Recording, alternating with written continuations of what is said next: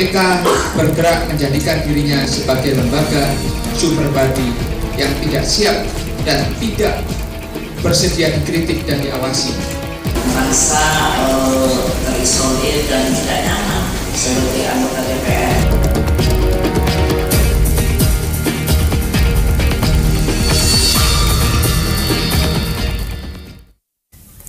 Iya, pemirsa, Pansus Hak Angket KPK dan juga BAP Miriam S. Haryani ini kami bahas di Ada Berita hari ini, pemirsa, bersama dengan dua narasumber yang sudah bersama kami, yaitu ada Pak Teguh Nasrullah, praktisi hukum pidana. Selamat malam, Pak Teguh. Selamat malam, Adam. Oke, kemudian juga ada anggota Pansus Hak Angket KPK, Bapak Edi Kusumawijaya. Selamat malam, Pak Edi Wijaya. Selamat malam. Oke. Edi Kusumawijaya. Pak Edi Kusumawijaya. Oke. Iya, Pak Edi, sebenarnya terkait dengan BAP Miriam gitu ya, yang beredar begitu, apakah memang ada desakan dari Pansus KPK sendiri begitu ya untuk membuka BAP dari Ibu Miriam begitu ya ke DPR? Nggak ada itu. Nggak ada itu. Apa yang diminta Pansus begitu? Dulu rekaman pemeriksaan Mariam yang terkait dengan adanya pengakuan katanya waktu itu bahwa Mariam itu ditekan oleh 6 anggota DPR, khususnya Komisi 3, sehingga Mariam ada upaya untuk merubah pengakuan, baik di tingkat pemeriksaan di KPK maupun di sidang pengadilan. Oke.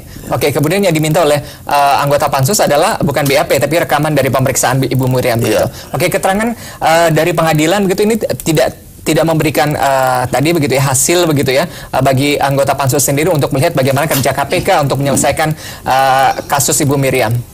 Itu permintaan dulu ya, bukan permintaan apa itu Komisi 3 waktu itu. Komisi 3 saat Mariam jadi tersangka sekarang. Waktu itu Mariam masih jadi saksi. Cuma waktu itu kesaksian ini dirubah sendiri oleh Mariam di sidang pengadilan. Sehingga waktu itu ada saksi berikutnya dari penyidik, bahwa penyidik mengatakan waktu itu Novel Baswedan mengatakan bahwa perubahan pengakuan oleh Mariam ini itu ada tekanan dari anggota Komisi 3. Gitu. Ada 6 orang yang disebutkan, tapi dia tahu namanya itu ada 5 orang. Oke, untuk apa begitu rekaman dari pemeriksaan Ibu Miriam itu diminta oleh Pansus KPK?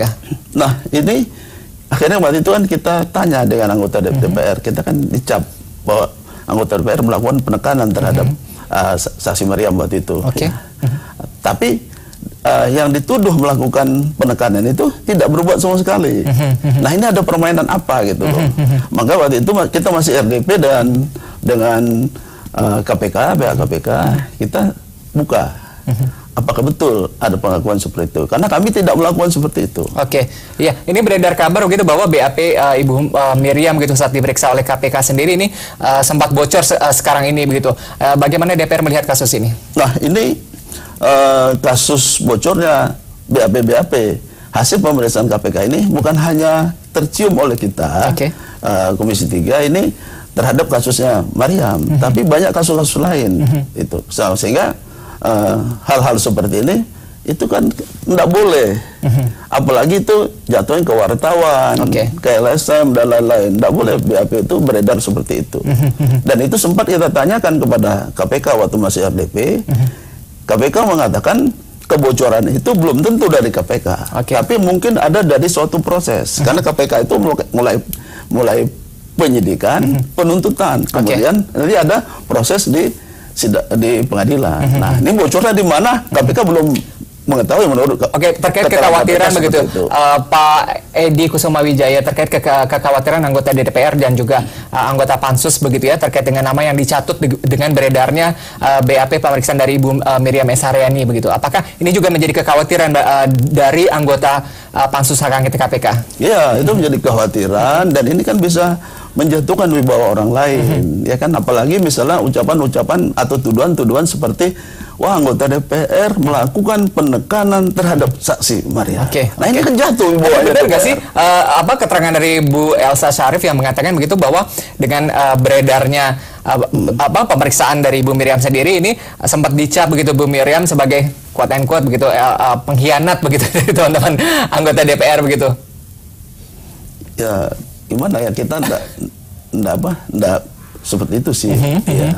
Cuma kita ingin meluruskan waktu itu pada KPK waktu kita RDP, karena kan KPK ini kan mitranya kita. Kalau misalnya ada kekeliruan, ada isu-isu lain-lain itu kita sampaikan sama KPK agar KPK tidak, kalau benar tidak berbuat seperti itu. Tapi Pak, itu pelanggaran. Pak Idi ada yang mengatakan begitu, ini KPK, hak angket ini kan biasanya untuk pejabat pemerintahan begitu, tapi KPK ini kan berdiri sebagai lembaga extraordinary crime begitu ya, tidak sepenuhnya bisa tadi begitu tanda kutip begitu ya, misalnya dimainkan oleh DPR gitu. Enggak sih, itu sudah sesuai dengan konstitusi kita sih ya. Itu.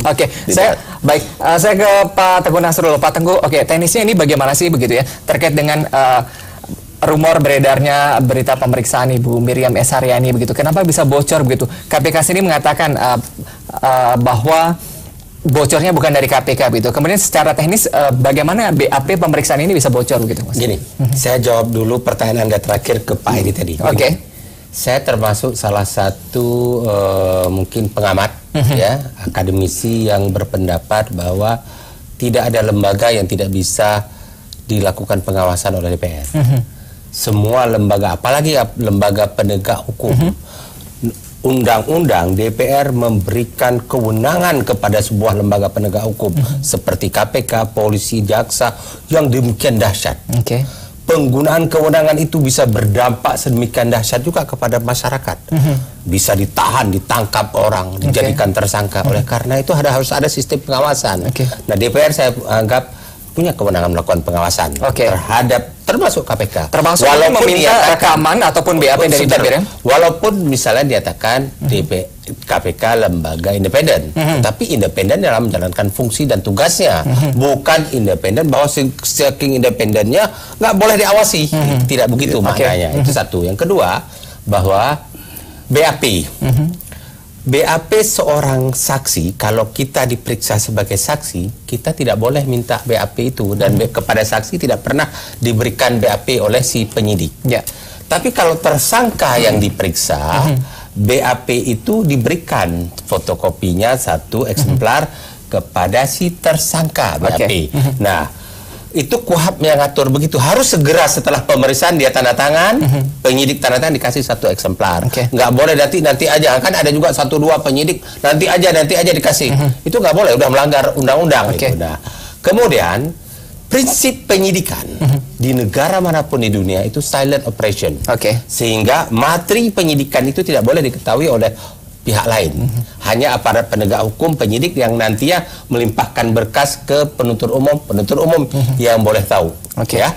Tapi yang repotnya adalah materi penyidikan terhadap tersangka. Karena dia pegang BAP, dia bisa saja kasih ke siapa aja yang dia berkehendaki. Tetapi yang saksi pihak nggak boleh. Kemudian terkait dengan permintaan, saya dapat undangan tadi dan membaca beberapa informasi seolah-olah DPR meminta BAP Miriam. Kalau yang diminta BAP itu sudah menyangkut materi penyidikan, prinsip peradilan itu dilanggar, nggak boleh DPR meminta BAP. Tapi DPR boleh melakukan pengawasan terkait dengan tata cara pemeriksaan itu. Tata cara pemeriksaan itu yang boleh diawasi. Misalnya negara telah memfasilitasi kepada aparat penegak hukum sekarang, bukan hanya KPK saja, mungkin termasuk polisi dan kejaksaan, CCTV. Iya, pemirsa, pembahasan kami lanjutkan. Tadi sempat terpotong Pak Teguh. Selain tadi begitu terkait dengan cara kerja KPK, yang menjadi alasan lain adalah dugaannya adanya tekanan pada saat pemeriksaan Ibu Miriam ya, Pak Edi ya. Ini yang menjadi alasan kenapa Pansus DPR meminta rekaman pemeriksaan Ibu Miriam ini dibuka begitu. Kalau misalnya dibuka, apakah ini menabrak aturan hukum yang ada begitu, karena melihat bagaimana cara kerja KPK mengungkap suatu kasus? Kalau tujuannya untuk melihat bagaimana proses penyidikan itu dilakukan, permintaan keterangan itu dilakukan, apakah ada ancaman dan tekanan, itu saya anggap boleh ya, berbekan. Tapi kalau ingin mendengar keterangan yang disampaikan oleh Bu Miriam itu kan terkait Bu Miriam sebagai saksi. Nah, saya rasa itu ya tidak tepat. Nah, ya, karena kan sudah masuk materi penyidikan. Tapi kalau mau menguji tata cara pemeriksaan, boleh. Nah, persoalannya adalah bagaimana membuat audio suaranya itu sehingga materi pemeriksaan tidak bunyi, tetapi tata cara pemeriksaannya bisa dilihat. Nah, itu yang harus diatur teknisnya. Baik, saya ke Pak Edi lagi. Pak Edi, ini bagaimana tanggapan dari KPK sendiri yang tetap pada Komisi prinsipnya 3. Begitu ya, Komisi 3 juga ya, KPK tetap pada prinsipnya tidak akan menyerahkan BAP ataupun rekaman pemeriksaan dari Ibu Miriam. Kalau BAP memang kan udah kita bahas tadi, sudah dibahaskan, memang kita tidak pernah minta BAP. Tidak pernah minta BAP? Tidak pernah. Soal yang beredar sekarang ini minta BAP? Enggak, Pak. Kita minta rekaman yang menyebutkan bahwa Komisi 3 ada melakukan penekanan terhadap Mariam. Gitu. Dan waktu itu juga kita tawarkan sebetulnya kita akan lakukan secara tertutup, apakah bersedia atau tidak KPK. Cuma sebetulnya waktu itu ya sudah keceplos sendiri oleh Ketua KPK Pak Agus waktu itu. Sebetulnya rekaman yang menyebutkan itu tidak ada. Tidak ada yang menyebutkan bahwa Komisi 3 menekan Ibu Miriam sehingga ada perubahan pengakuan. Ya, ke Pak Tengku lagi. Pak Tengku, ini bagaimana titik temu begitu ya agar tadi di kasus Ibu Miriam ini tidak menjadi kisruh antara DPR dan KPK? Ya, saya rasa begini, sama-sama menjalankan fungsi dengan sebaik mungkin, dalam arti begini, kita menghormati kewenangan DPR untuk menegakkan tata cara penegakan hukum bagi semua aparat penegak hukum, melakukan kontrol, termasuk dengan cara hak angket ini. Kita menghormati itu kewenangan, yang tidak bisa dieliminir kewenangan itu. Justru kalau dia eliminir kewenangan itu bahaya sekali, karena ada sebuah lembaga nanti tidak ada lembaga yang bisa kontrol. Nah, itu yang tidak boleh negara menciptakan sebuah produk hukum yang menyebabkan ada alat penegak hukum atau aparatur negara yang tidak terkontrol. Negara tidak boleh membuat keadaan seperti itu. Nah, bahkan di dalam konsep dalam RUU KUHAP sekarang, filosofinya adalah semua tindakan aparatur negara, aparatur penegak hukum di dalam melakukan proses penegakan hukum harus diuji oleh terlebih dahulu tentang kebenaran prosesnya itu oleh alat negara lainnya, yaitu oleh hakim pemeriksa pendahuluan. Itu kalau dalam kaitan ini saya katakan bahwa KPK legowo dengan hak angket, tapi DPR pun membatasi tidak masuk ke materi-materi pemeriksaan, ya, sehingga tidak menabrak. Dan satu hal yang benar-benar harus dijaga oleh DPR sekarang ini, tidak bisa dipungkiri ada persepsi liar di masyarakat, terlepas itu benar apa tidak.